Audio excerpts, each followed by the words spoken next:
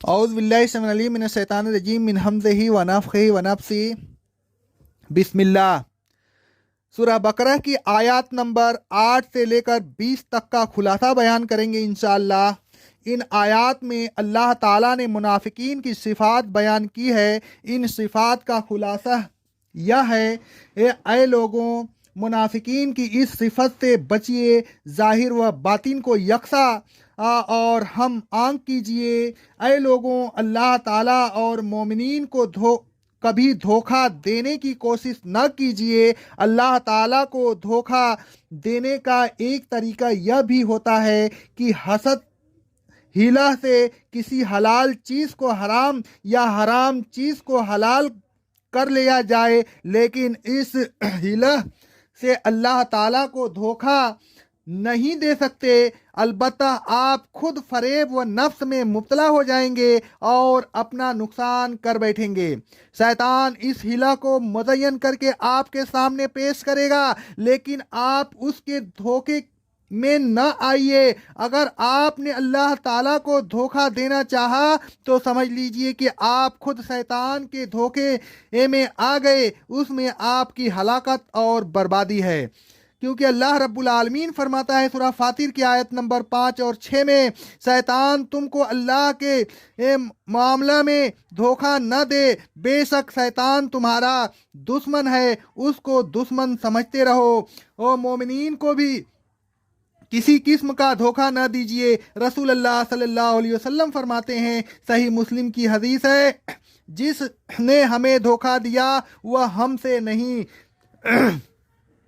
مومنین سے حسد نہ کیجیے۔ رسول اللہ صلی اللہ علیہ وسلم فرماتے ہیں، صحیح مسلم صحیح بخاری کی حدیث ہے، آپس میں ایک دوسرے سے حسد نہ کرو، جھوٹ نہ بولیے۔ رسول اللہ صلی اللہ علیہ وسلم فرماتے ہیں، صحیح مسلم کی حدیث ہے اور صحیح بخاری کی حدیث ہے، منافق کی 3 نشانیاں ہیں، جب بات کرے تو جھوٹ بولے، جب وعدہ کرے تو وعدہ خلافی کرے، اور جب امانت دار بنایا جائے تو خیانت کرے۔ صحیح مسلم کی ایک روایت میں یہ بھی ہے کہ اگرچہ وہ روزہ رکھے، نماز پڑھے اور دعویٰ کرے کہ وہ مسلم ہے، ملک میں فساد بدامنی پھیلانا منافق کا سیوا ہے۔ اے لوگوں، آپ اس سے بچیے، زمین میں فساد نہ پھیلائیے، امن کو درہم برہم نہ کیجیے۔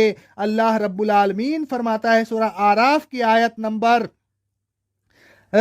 56 میں اور 85 میں، زمین میں اس کی اصلاح کے بعد فساد نہ پھیلاؤ۔ آگے اللہ رب العالمین فرماتا ہے سورہ صاد کی آیت نمبر 28 میں، کیا ہم ایمان والوں کو جو عمل صالح کرتے ہیں ان لوگوں کی طرح کر دیں گے جو ملک میں فساد برپا کرتے ہیں؟ نہیں، بلکہ ہم ان کو دنیا میں عروج اور آخرت میں عروج دیں گے۔ آگے اللہ رب العالمین فرماتا ہے سورہ نور کی آیت نمبر 55 میں، اللہ تعالیٰ کا ان لوگوں سے جو تم میں سے ایمان لائے اور عمل صالح کرتے رہے وعدہ ہے کہ انہیں زمین میں خلافت کے منصب پر فائز کرے گا۔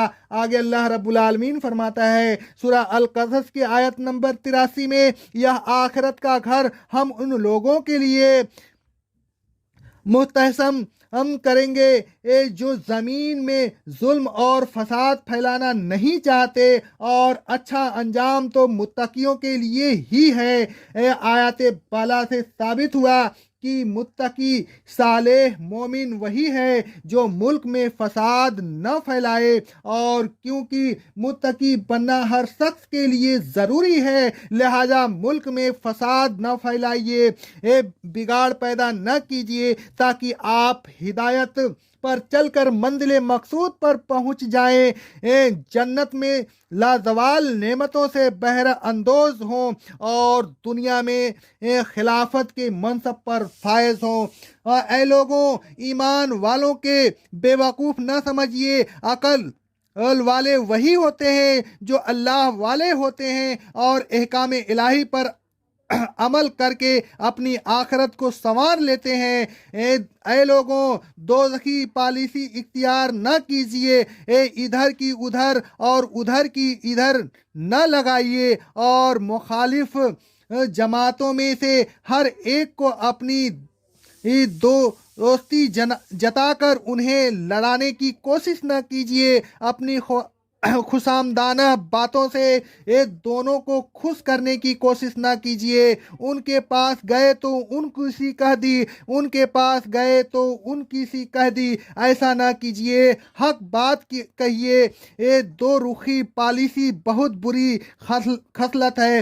رسول اللہ صلی اللہ علیہ وسلم فرماتے ہیں، صحیح بخاری صحیح مسلم کی حدیث ہے، تم قیامت کے دن اللہ کے نزدیک سب سے بدتر اس شخص کو پاؤ گے جو دو رخا ہوگا۔ ان کے پاس آیا تو ان کا سا بن گیا، اور ان کے پاس گیا تو ان کا سا بن گیا۔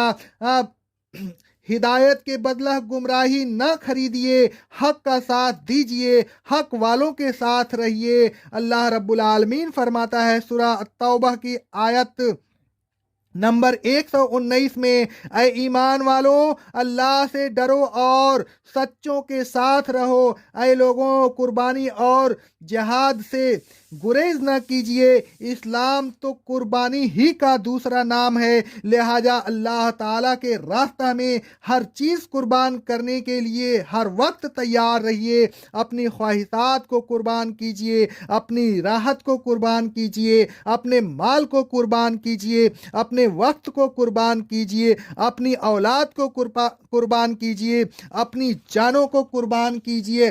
اللہ تعالیٰ کے راستہ میں کوشش کرتے رہیے۔ اللہ رب العالمین کا ارشاد ہے سورہ حج کی آیت نمبر 78 میں، اللہ کے راستہ میں اس طرح جد و جہد کیجیے جس طرح جد و جہد کرنے کا حق ہے، الغرض اللہ کے دین کی خدمت میں پورے قوت اور جان فسانی سے کوشش کرتے رہیے۔ اے لوگوں، آپ خود کوشش کر کے فتوحات حاصل کیجئے، اسلام کو فروغ دیجئے۔ ایسا نہ کیجئے کہ خود چین سے گھر میں بیٹھ جائیں اور دوسروں کی کوشش اور قربانیوں سے جو فائدہ حاصل ہو اس میں سے حصہ بٹانے کے لیے جھوٹا دعویٰ کریں۔ ایسا نہ کیجئے کہ اگر فائدہ ہو تو اسلام اور مسلمین کا ساتھ دیں، اور نقصان نظر آئے تو ساتھ چھوڑ کر الگ ہو جائیں، بلکہ ہر حال میں خلوص و قربانی کے ساتھ اسلام اور مسلمین کے ساتھ دفاع کیجئے۔ اقول قولی ھذا استغفر اللہ۔ اللہ تعالیٰ تمام مسلمین کو اس پر عمل کرنے کی توفیق عطا فرمائے۔ اللہ تعالیٰ ہم سب کے گناہوں کو معاف کرے اور سچوں کے ساتھ رہنے کی توفیق عطا فرمائے۔